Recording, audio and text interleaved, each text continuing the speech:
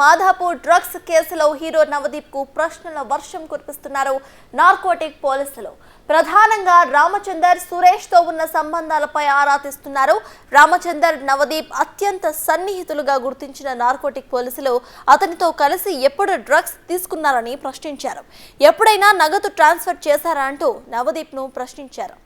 Madhapur drugs కేసులో hero Navdeep కు ప్రశ్నల వర్షం కురిపిస్తున్నారు పోలీసులు. ప్రజెంట్ అక్కడ నుండి పూర్తి డీటెయిల్స్ మా ప్రతినిధి రానా లైవ్ లో అందిస్తారు. రానా, చెప్పండి, మనం చూస్తున్నాము ప్రశ్నలు కూడా దాటేస్తున్నట్టు సమాచారం కూడా అందుతోంది కాబట్టి ప్రజెంట్ అక్కడ ఇన్ఫర్మేషన్ ఏంటి? దాదాపు 2.5 గంటలు అవుతుంది. విచారణ ఇంకా కొనసాగుతున్నటువంటి సిచ్యువేషన్ అయితే కనపడుతుంది. ఎందుకంటే నవదీప్ వచ్చినప్పటి నుంచి కూడా ఇటు న్యాప్కి సంబంధించినటువంటి ఎస్పీ సునీతారెడ్డి కానీ ఇద్దరు డిఎస్పీలు వారు తయారు చేసుకున్నటువంటి ప్రశ్నావళంతా కూడా అతని ముందు ఉంచు, అతని దగ్గర ఉన్నటువంటి ఎవిడెన్స్ అన్నీ కూడా నవదీప్ ముందు ఉంచు, దీనికి ఉన్నటువంటి మీకు సంబంధం ఏంటి, అలాగే రామచంద్ర ఇచ్చినటువంటి స్టేట్మెంట్ కూడా నవదీప్ ముందు కూడా పెట్టినట్టుగా మనకు సమాచారం ఉంది. అయితే తను ఇచ్చినటువంటి స్టేట్మెంట్లో కొన్ని లోపాలు ఉన్నాయి, దాంతోపాటు అన్ని అబద్ధాలు ఉన్నాయి. ఎందుకంటే రామచంద్రకి నాకు ఆర్థికపరమైనటువంటి ఉన్నాయి, అలాగే లావాదేవీలు అనేది ఉన్నాయి, కాకపోతే అవి డ్రగ్స్ సంబంధించినటువంటి కాదు, మాకు బిజినెస్కి సంబంధించినటువంటి విషయంలో మాత్రమే ఆర్థికపరమైనటువంటి లావాదేవీలు ఉన్నాయి, కానీ దానికి ఈ కేసుకి ముడిపెట్టడం సరికాదు, అసలు నాకు ఈ కేసుకి నాకు సంబంధం లేదు, నేను ఎప్పుడు ఇంతవరకు డ్రగ్స్ తీసుకున్నది లేదు, వేరే వాళ్ళకి ప్రోత్సహించింది లేదు, డ్రగ్స్ తీసుకోమని ఎంకరేజ్ చేసింది లేదనేసి కూడా నవదీప్ చెప్తున్నట్టుగా మనకు సమాచారం ఉంది. అయితే రామచంద్ర చాలా క్లియర్ కట్గా చెప్పడం జరిగింది. ఏదైతే రామచంద్ భాస్కర్ బాలాజీ నుంచి కూడా తీసుకున్నారు, దాంతోపాటు దేవరకొండ సురేష్ దగ్గర కూడా తీసుకున్నారు, కాబట్టి ఆ నుంచి కూడా నేను నవదీప్కిను అలాగే మరొక వ్యక్తిని కూడా నేను రెగ్యులర్గా సంప్రదిస్తుంటాను, వారికి నేను ఈ యొక్క డ్రగ్స్ అనేది నేను ఇస్తుంటాను అనేసి కూడా ఆయన చెప్పినటువంటి నేపథ్యం కనపడుతుంది. ఇప్పటికే ఈ కేసులో దాదాపు 11 మందిని అరెస్ట్ చేశారు. అబ్స్కాండింగ్లో ఉన్నటువంటి 8 మందిలో 2 నిన్న హైకోర్టుకు వెళ్ళారు. హైకోర్టులో ముందస్తు బెయిల్ కోసం కూడా వాళ్ళు అప్లై చేసినటువంటి సిచ్యువేషన్ కనపడుతుంది. కానీ వీళ్ళందరిది ఒక ఎత్తు మాత్రం నవదీప్కి సంబంధించిన విషయంలో ఆయన ఇన్వాల్వ్మెంట్ ఎంతవరకు ఉంది, నిజంగానే రామచంద్ర చెప్పినట్టుగా అతని వద్ద డ్రగ్స్ తీసుకున్నారు, ఒకవేళ డ్రగ్స్ తీసుకుంటే అతనికి మనీ అనేది ఏ రూపంలో చెల్లించారు, నగదు రూపంలో చెల్లించారా, లేకపోతే ఆన్లైన్ ట్రాన్సాక్షన్ చేశారా, లేకపోతే వీరు తరచుగా ఎక్కడ కలిసేవారు, ఎక్కడ మాట్లాడుకునేటోళ్ళు, అదే నవదీప్కి సంబంధించిన కాల్ డేటా అంతా కూడా వాళ్ళు పరిశీలిస్తున్నట్టుగా మనకు సమాచారం ఉంటుంది. అలాగే రామచంద్ర సంబంధించిన విషయంలో ఇప్పటికే కాల్ డేటా కానీ వాట్సాప్ కాల్ వాళ్ళు చేసుకున్నటువంటి చాటింగ్లు కానీ అవన్నీ కూడా డీకోడ్ చేసి నవదీప్ ముందు కూడా పెట్టినప్పటికీ కానీ వీటికి మేము బిజినెస్ సంబంధించినటువంటి సంభాషణ మాత్రమే మాట్లాడుకున్నాము, ఎటువంటి కోడ్ లాంగ్వేజ్ లేదు, ఈ డ్రగ్స్ కేసుకి నాకు ఎటువంటి సంబంధం లేదంటూ కూడా ఆయన మాట్లాడుతున్నట్టుగా మనకు సమాచారం ఉంది. అయితే ఇప్పటికే అనేక విధాలుగా కూడా దాదాపు 18 మంది దాకా కూడా వీళ్ళు విచారించారు, కాబట్టి వారి నుంచి సేకరించినటువంటి ఇన్ఫర్మేషన్ ప్రకారము అలాగే గతంలో ఈడీ అధికారులు కూడా నవదీప్ని విచారించారు, కాబట్టి దానికి సంబంధించిన గతంలో ఎదుర్కొన్న ఆరోపణలపైన అలాగే ఈ కేసు సంబంధించిన లింకులపైన కూడా ఆయన ఆరా తీసినట్టుగా మనకు సమాచారం అంటున్న పరిస్థితి కనపడుతుంది. అయితే ఇప్పటికీ ఒకసారి మనం ఫ్లో చార్ట్ కూడా చూసుకుంటే మాత్రం ఏదైతే వైజాగ్లో ఉన్నటువంటి రామ్ నుంచి భాస్కర్ బాలాజీ డ్రగ్స్ తీసుకున్నారు. తర్వాత వచ్చి దేవరకొండ సురేష్కి ఈ డ్రగ్స్ని సరఫరా చేయడం జరిగింది. తర్వాత కొల్లి రామచంద్ ఏదైతే నవదీప్కి సంబంధించిన ఫ్రెండ్ కొల్లి రామచంద్ తీసుకున్నాడు. కొల్లి రామచంద్ నుంచి కూడా నవదీప్కి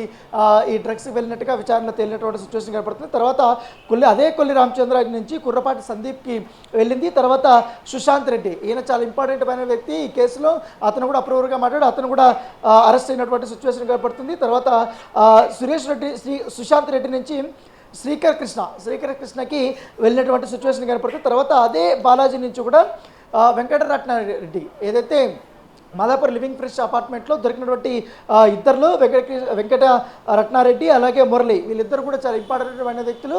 వీరిని అరెస్ట్ చేసిన తర్వాత మాత్రమే ఈ లింకులన్నీ కూడా బయటపడినటువంటి సిచ్యువేషన్ కనపడుతుంది. అయితే భాస్కర్ బాలాజీ డ్రగ్స్ అందించినటువంటి వ్యక్తుల్లో చాలామంది కూడా అప్స్కాండింగ్ వెళ్ళారు. అప్స్కాండింగ్లో దాదాపు 8 మంది ఉన్నటువంటి సిచ్యువేషన్ కనబడితే 8 మందిలో అర్జున్ కానీ, ఇంద్రతేజ కానీ, కలహార్ రెడ్డి కానీ, రామ్ కుమార్ కానీ, అలాగే సూర్య కానీ, శ్వేత, కార్తిక్, నార్సింగ్, ఇటాచి, అలాగే మహమ్మద్ అజీమ్, అంజద్ తో పాటు ఇంకా 5 మంది కూడా ఉన్నట్టుగా మన సమాచారం.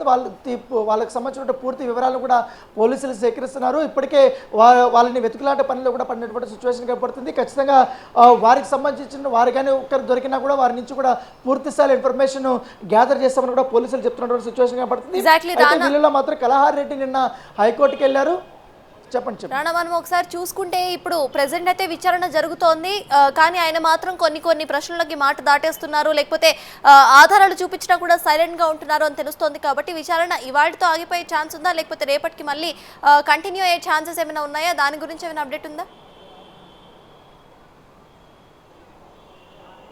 పూర్తిగా దాదాపు ఇంకా 2 గంటల పాటు నవదీప్ని విచారించే అవకాశం ఉంది కాబట్టి ఆయన ఆఫీస్లోకి ఎంటర్ అయినప్పటి నుంచి కూడా లాస్ట్ వరకు ఏ క్వశ్చన్స్కి ఆన్సర్ చేశాడో ఏ క్వశ్చన్స్కి ఆన్సర్ చేయలేదు.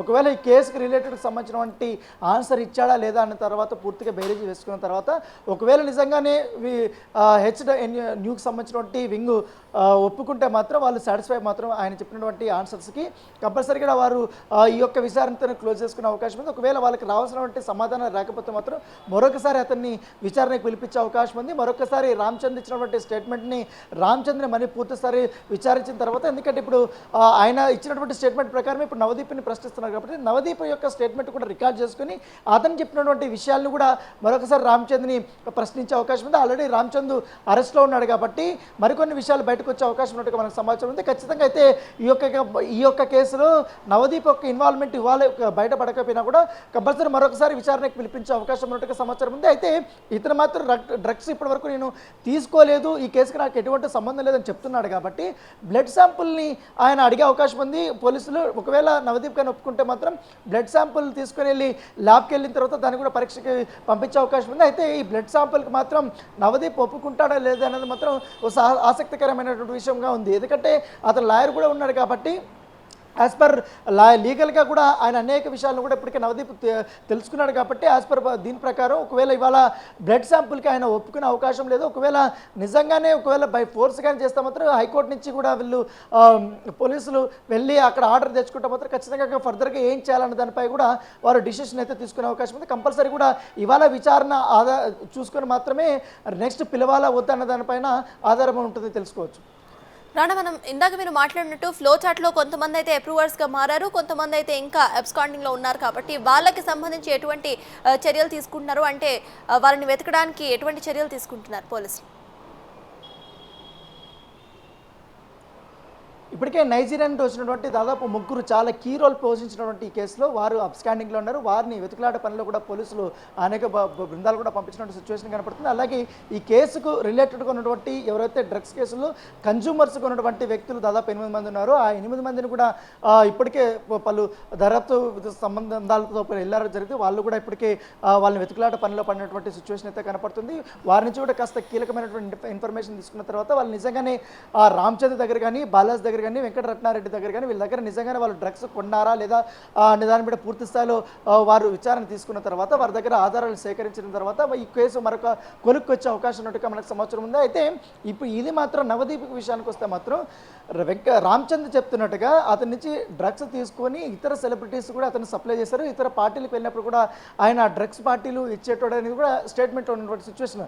అలా నిజంగానే ఎంత మొత్తంలో రామచంద్ర నుంచి నవదీప్ డ్రగ్స్ తీసుకున్నాడు, ఎంతవరకు కొనుగోలు చేశారు, లేకంటే నవదీప్ కూడా వేరే వాళ్ళకి ఏమైనా అమ్మాడా లేదన్న తరపు కూడా ఆయన కోలంలో కూడా పోలీసులు ఇప్పటికే క్వశ్చన్ చేస్తున్నట్టుగా మనకు సమాచారం ఉంది. నిజంగానే ఆ స్టేట్మెంట్ ఆధారం చేసుకుని ఇప్పుడు క్వశ్చన్స్ అడుగుతున్నారు కాబట్టి ఇప్పుడు నవదీప్ ఇచ్చేటువంటి ఆన్సర్ని బేస్ చేసుకొని నెక్స్ట్ ఫర్దర్గా అతన్ని విచారణకు పిలవాలా లేకపోతే ఈ స్టేట్మెంట్ రికార్డ్ చేసి ఫర్దర్గా మరొకసారి రామచంద్రతో పాటు అలాగే బాలాజీని వెంకటరత్నారెడ్డిని అలాగే దాంతోపాటు నైజీరియాకు సంబంధించిన వ్యక్తులు డ్రగ్స్ పెడ్లర్గా ఉన్నారు వాళ్ళు కూడా విచారించే అవకాశం ఉంది, వాళ్ళని కూడా క్వశ్చన్ చేసే అవకాశం ఉంది. ఒకవేళ నిజంగానే పోలీసులు అనుమానిస్తుండగా దీని వెనకాల ఇంకా పెద్ద తలకాయలు ఉన్నాయి కాబట్టి ఆ పెద్ద తలకాయల్ని పట్టుకునే కోలంలో వీరి నుంచి కూడా సమాచారం ఇస్తే మాత్రం వారికి కూడా త్వరలో మరికొంతమందికి నోటీసులు ఇచ్చే అవకాశాలు ఉంటే మనకు సమాచారం అందుతుంది. Right, thank you Rana.